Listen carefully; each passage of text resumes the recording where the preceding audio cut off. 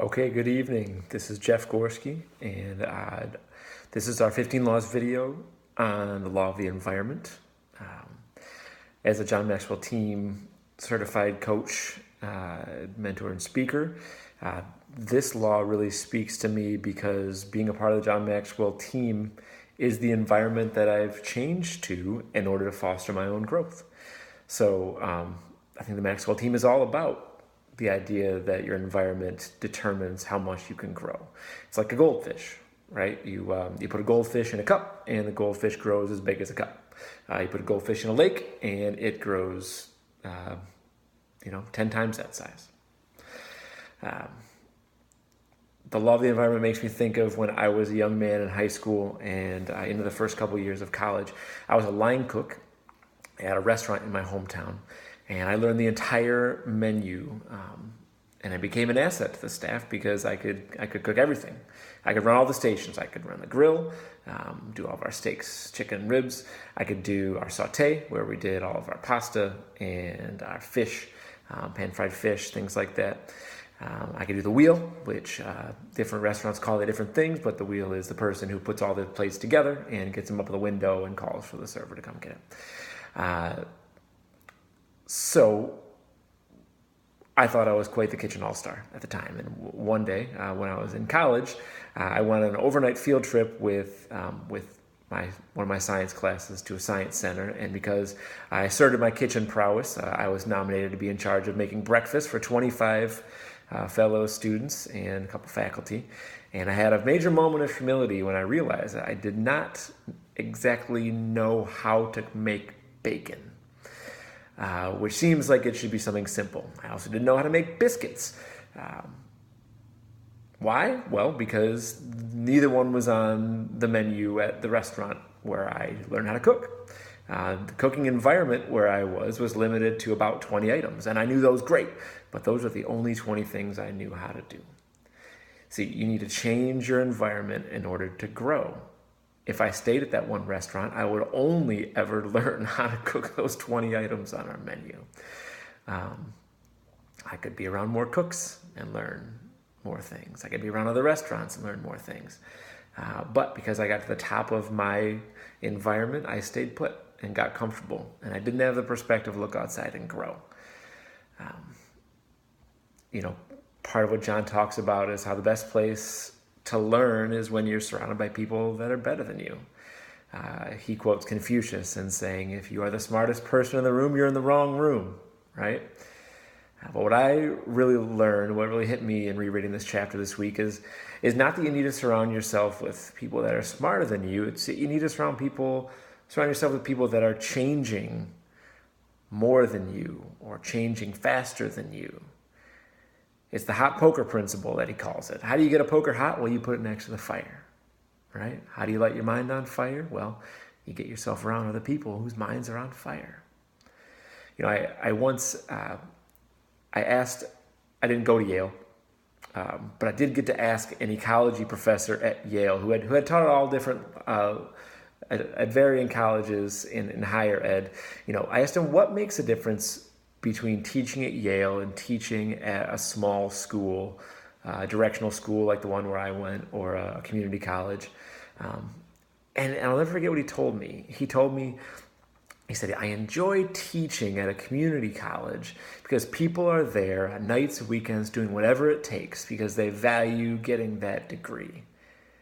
But at the Ivy League school, people value the learning. So the difference is at Yale, the end of the class is the beginning of the discussion.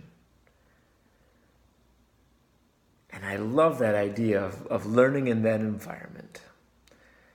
An amazing environment where you have people around you that are inspired to take the learning further than is required. So let's apply this a little bit to schools.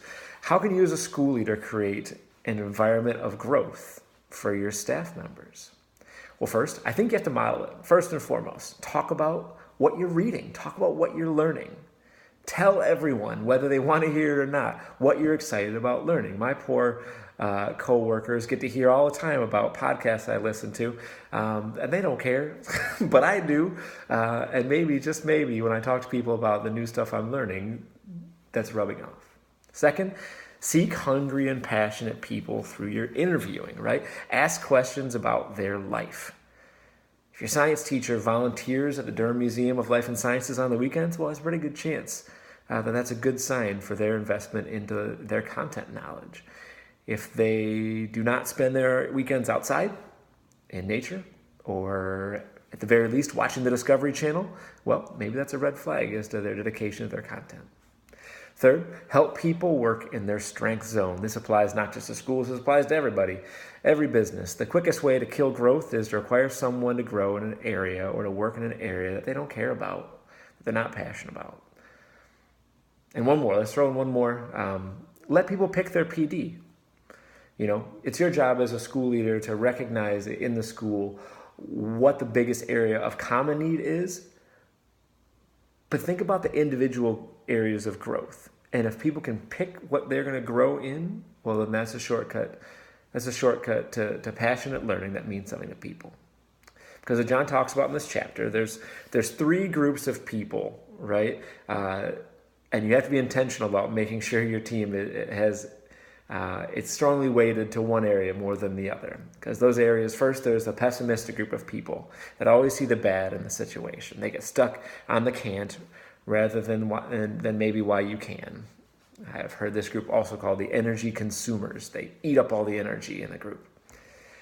The next third is the energy neutral people. And when the going is good, they're happy and they're contributing and they're doing solid work.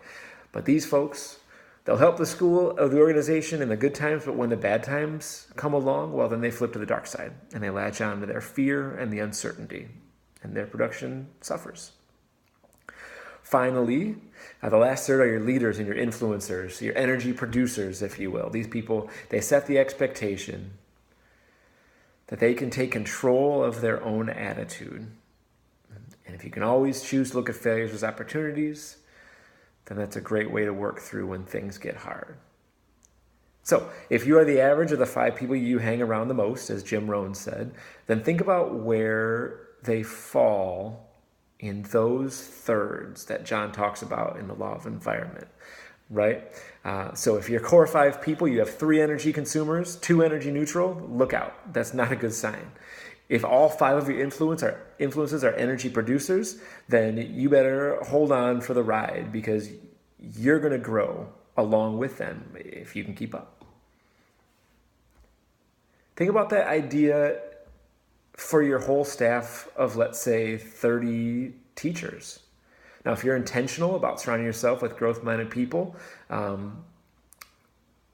you can set the school up for success that way. If you're not, you would end up with, according to the law, that law of thirds, about 10 people in each category in your staff of 30, right? 10 pulling the school down, 10 pushing the school forward, and 10 just kind of sitting in the middle, waiting to find out which way the wind blows. Now, what if you were able to retain and recruit a staff of energy producers? Then maybe your school would be like Yale, where the class, when the end of the class is the beginning of the conversation, where growth multiplies upon itself due to a culture that is inescapably moving forward. So, leaders create an environment of growth for others, right? This is the core value of the law of environment.